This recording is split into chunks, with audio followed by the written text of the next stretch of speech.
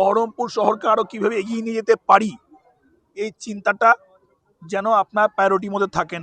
21-এর পর 2026 বিধানসভা ভোটে হাই ভোল্টেজ বহরমপুর কেন্দ্রে তৃণমূলের মুখ বহরমপুর পৌরসভার চেয়ারম্যান নারগোপাল মুখার্জি। তৃণমূলের প্রার্থী তালিকা প্রকাশের পরেই বুধবার বিকেল থেকে অফিসিয়ালি প্রচার শুরু করলেন নারগোপাল মুখার্জি।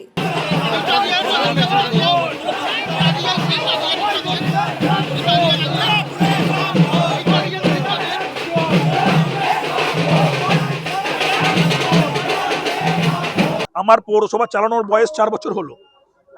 আমি অনেকটা কাজ করতে পারিনি, কিন্তু অনেক কাজ করেছি, চেষ্টা করেছি মানুষের চাহিদাকে যতটা পূরণ করা যায়।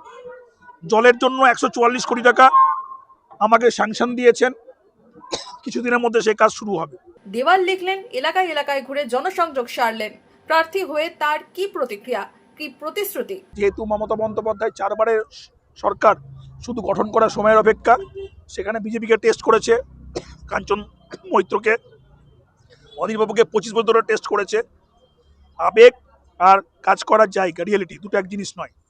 যদি আপনার কাজ দিয়ে বিচার করে, সেখানে তৃণমূল প্রার্থীর ভোট পাওয়া উচিত।